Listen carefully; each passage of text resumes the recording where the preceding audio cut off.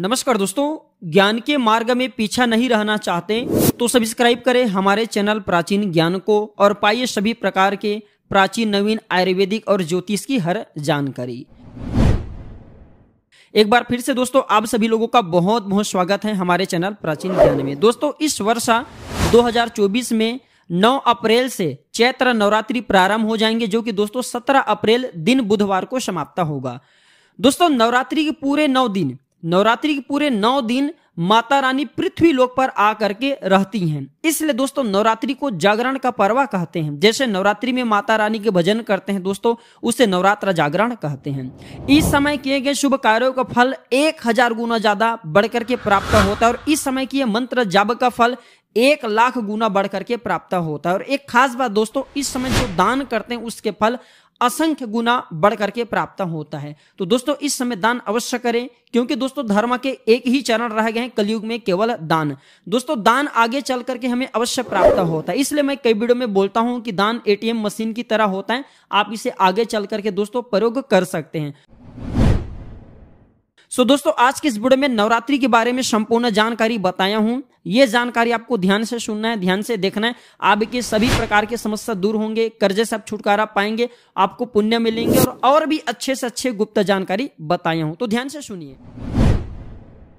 तो नवरात्रि में घर में ले आए यह एक चीज, गरीबी भूल जाएगी आपके घर की रास्ते। जी हाँ, नवरात्रि में कुछ ऐसे चीजें हैं जिसे घर में ला करके रखने से माता रानी बहुत ही प्रसन्न होती हैं और अपने भक्तों के सभी प्रकार के जो मुरादी हैं मनोकामना से पूर्ण करती हैं। वीडियो को ध्यान से देखना, आज की जो वीडियो का विषय है बहुत ही सुंदर है। अगर आज के वीडियो मिस कर दिए तो फिर आप बाद में गरीब की गरीबी रह जाओगे। कहने का मतलब है कि धन संपदा प्राप्त करने का नवरात्रि में जबरदस्त पावरफुल चीज बता रहा हूं। जरूरी नहीं है कि नवरात्रि के प्रथम दिन ये खरीद करके लाएं। आप चाहते हैं तो किसी भी दिन नवरात्रि के दिन में आप इसे खरीद करके अपने घर में ला करके स्थापित कर सकते हैं। अब के दिन दुगनी रात चौगुनी तरक्की होंगे, साथ ही साथ नवरात्रि से जुड़ी बहुत सारे जानकारी बताऊंगा। वीडियो को ध्यान से देखना। मैं हर दिन बोलता हूं कि माता रानी नवरात्रि में माता रानी जो सेविका होती हैं हमारे घर के द्वार पे 9 दिनों तक आती हैं। हम कितना पूजा करें, कितना पाठ कर रहे हैं माता रानी के लिए, हम कौन सी भोग लगाए हैं माता रानी को प्रसन्न करने के लिए, हम अपने घर में कौन सी वस्तु घर में खरीद करके लाएं, ये सारे जानकारी की सूचना माता रानी को उनके सेविका देती हैं। जी हाँ, आपने देखा होगा गांव में जब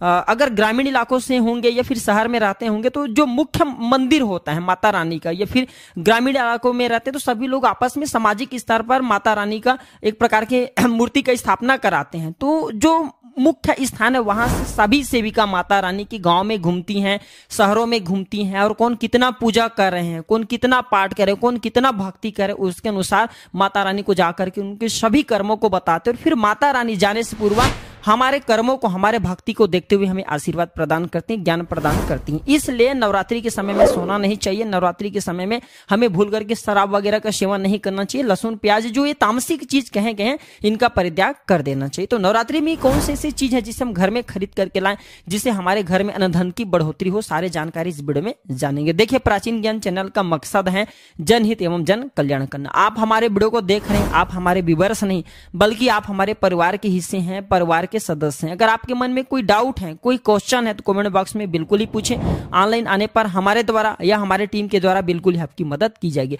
अगर हमारे वीडियो को देख करके किसी एक भी व्यक्ति का भला होता है तो हम अपने आप को सौभाग्यशाली समझते हैं, हम अपने आप को किस्मत वाले समझते हैं। क्योंकि दोस्तों हम बताना चाहेंगे, हमारे इस चैनल में व्यूज आए या ना आए, सब्सक्राइबर बढ़े या ना बढ़े, इससे हमें कोई फर्क नहीं पड़ता। अगर हमारे वीडियो को देख करके किसी एक भी व्यक्ति का भला होता है तो हमें भी पुण्य की प्राप्ति होती है, हमें भी सौभाग्य की प्राप्ति होता है, हमें भी अच्छे लगते हैं। क्योंकि अगर हमारे बताए जानकारी से किसी एक भी व्यक्ति का भला हो रहा है तो हमें भी पुण्य की प्राप्ति होता है। तो चलिए मैं आप लोगों को बताना चाहूंगा नवरात्रि में हमें कौन सी चीज लाना चाहिए। तो अगर आप इस प्रकार के जानकारी में इंटरेस्ट रखते हैं तो वीडियो को लाइक कर, चैनल को सब्सक्राइब जरूर करना और कमेंट बॉक्स में जय माता दी जरूर लिखना।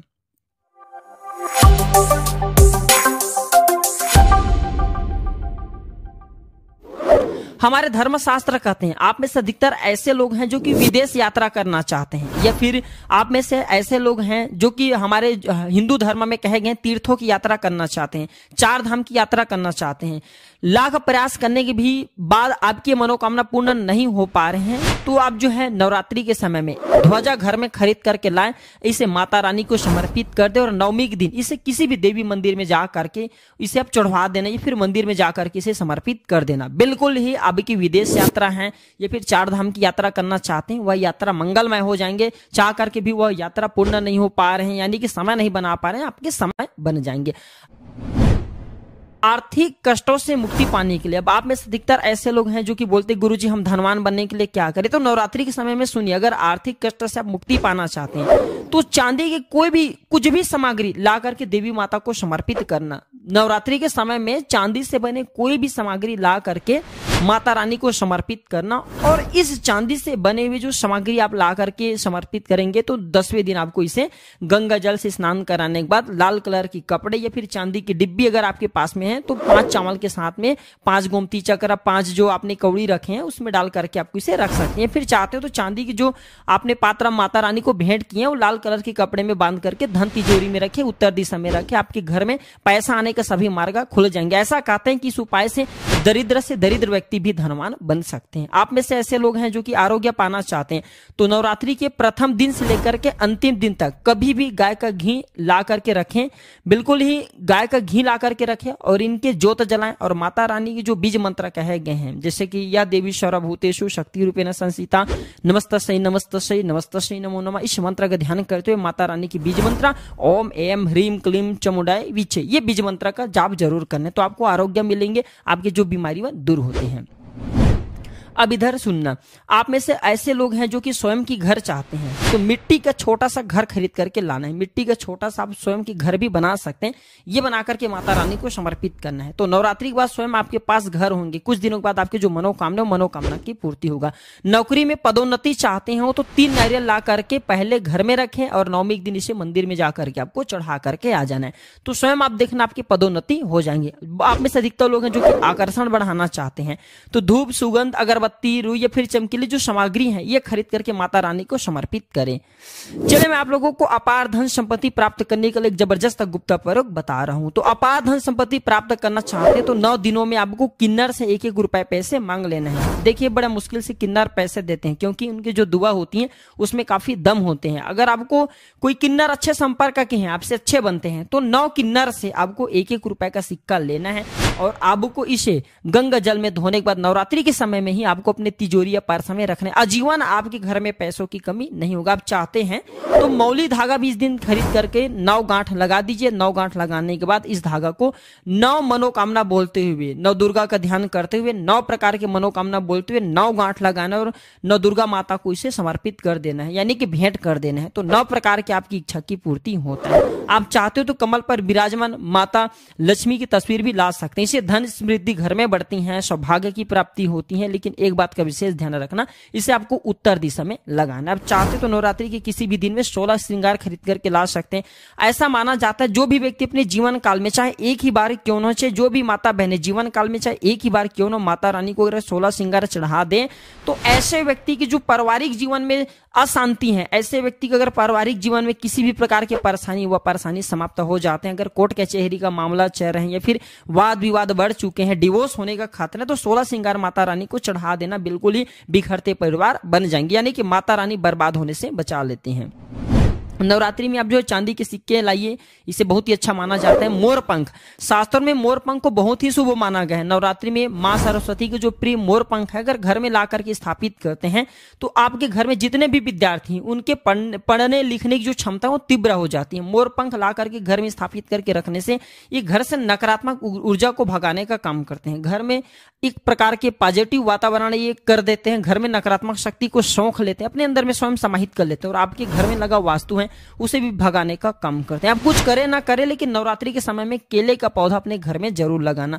नवरात्रि में अगर कोई भी व्यक्ति केले का पौधा अपने घर में लगाते हैं, आंगन में लगाते हैं, पूजन करने के बाद अगर रोज इसमें जल चढ़ाते हैं तो ऐसा माना गया है ऐसे व्यक्ति को धनवान बनने से, गुणवान बनने से दुनिया की कोई भी शक्ति नहीं रोक पाते। और भी कुछ सामग्री है जिस नवरात्रि में आपको अवश्य लाना चाहिए, जैसे कि चांदी की कछुआ है। अगर आपके पास थोड़ा बहुत पैसे हैं तो चांदी की कछुआ अपने घर में जरूर लाइए। चांदी की कछुआ घर में ला करके स्थापित स्थापित करने से हमारे घर में सुख, शांति, वैभव एवं धन्य धन की वृद्धि होती है। चांदी की कमल स्थापित कर सकते हैं घर में ला करके, या फिर नव दुर्गा माता को समर्पित कर सकते हैं। नव दुर्गा माता को चांदी की कमल लाइए और समर्पित कर दीजिए। इसके बाद आप जो 10वीं तिथि को ये कमल आप अपने धन स्थान पे रखना। ऐसा माना जाता है कमल की जितने भी पंखुड़ियां होती हैं उतने ही आपको एक प्रकार के हम बोल सकते हैं राह यानी कि रास्ता, कमल में जितनी पंखुड़ी होंगी उतने राह से आपको धन की प्राप्ति होगी। यानी कि 8 पंखुड़ी हैं तो 8 मार्ग से आपको धन प्राप्त होंगे। कुछ भी मार्ग हो सकते हैं। हम चाहते हैं तो घर में त्रिशूल भी खरीद करके ला सकते हैं।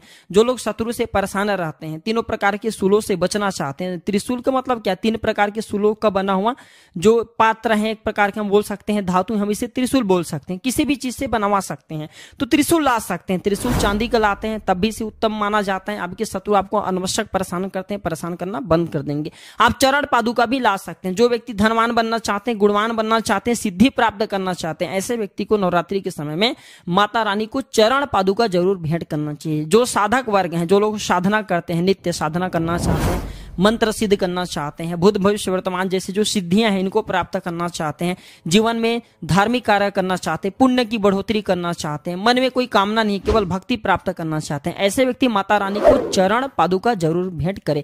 चरण पादुका भेंट करने के बाद दुनिया की वह हर चीज आपको प्राप्त हो जाते हैं, जो चीज साधु संत को भी कठोर भक्ति तपस्या करने के बाद भी नहीं मिल पाती। ये गुप्त में जानकारी बता रहा हूं। माता रानी की चरण पादुका आपको उन्हें चरण पादुका के स्वरूप में भेंट करना है। जो भी मनोकामना की पूर्ति होता है, सिद्धियों की प्राप्ति होता है। चांदी की कटोरी, चांदी की चम्मच ला सकते हैं। नवरात्रि में माता रानी को कटोरी में भोग लगा दीजिए। चांदी की चम्मच से आप जो है उन्हें आचमनी करा सकते हैं। माता को भोग लगाने के लिए, आचमन करने के लिए प्रयोग कर सकते हैं। ये सब करें न करें, लेकिन एक उपाय और मैं कर रहा हूं नवरात्रि में, मैं फ्री का उपाय बता रहा हूं, ये चीज जरूर ले आना। देखिए माता रानी किससे प्रसन्न होती हैं? माता रानी प्रसन्न करने के लिए इनके कई उपाय बताए गए हैं, लेकिन नवरात्रि के 9 दिन में से किसी भी एक दिन, अगर सप्तमी के दिन में अगर गुड़हल की फूल ले आते हैं, ध्यान से सुनिए, गुड़हल की कौन सी फूल लाना? जो रेड कलर का फूल होता है जिसमें जिभुआ निकली हुई होती है, इस प्रकार के आपको फूल लाना होता है। और इस फूल की 21 की संख्या में माला आपको बनाना है। 21 की संख्या में माला बनाना है।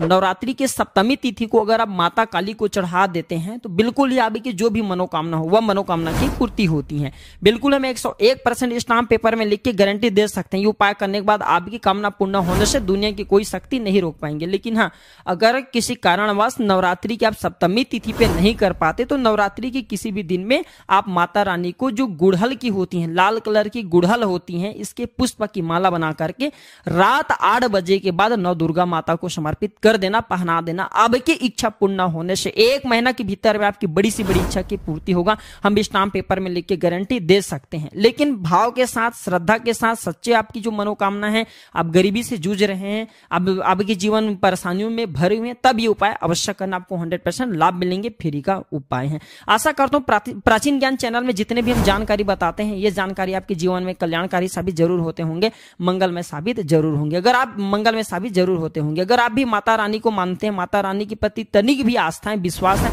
तो कमेंट बॉक्स में जय माता दी जरूर लिखना। वीडियो को लाइक करना, इसे अपने दोस्तों यारों में आगे जरूर शेयर करना। हो सकता है अगर आप इस वीडियो को शेयर करें और अगर कोई व्यक्ति गरीबी से जूझ रहे, इस वीडियो को देखने के बाद अगर उपाय करें, उनकी गरीबी मिट जाए, कंगाली मिट जाए, या फिर पारिवारिक कलह वो भी दूर हो जाए, तो जो आप वीडियो शेयर करते हैं किसी की जिंदगी को बर्बाद होने से भी बचा लेते हैं। समाज कल्याण के लिए इस वीडियो को आगे जरूर शेयर करना। आज की जानकारी पर समाप्त करता हूं। दर्शकों कैसा लगा आज की जानकारी हमें जरूर बताना। जय माता दी।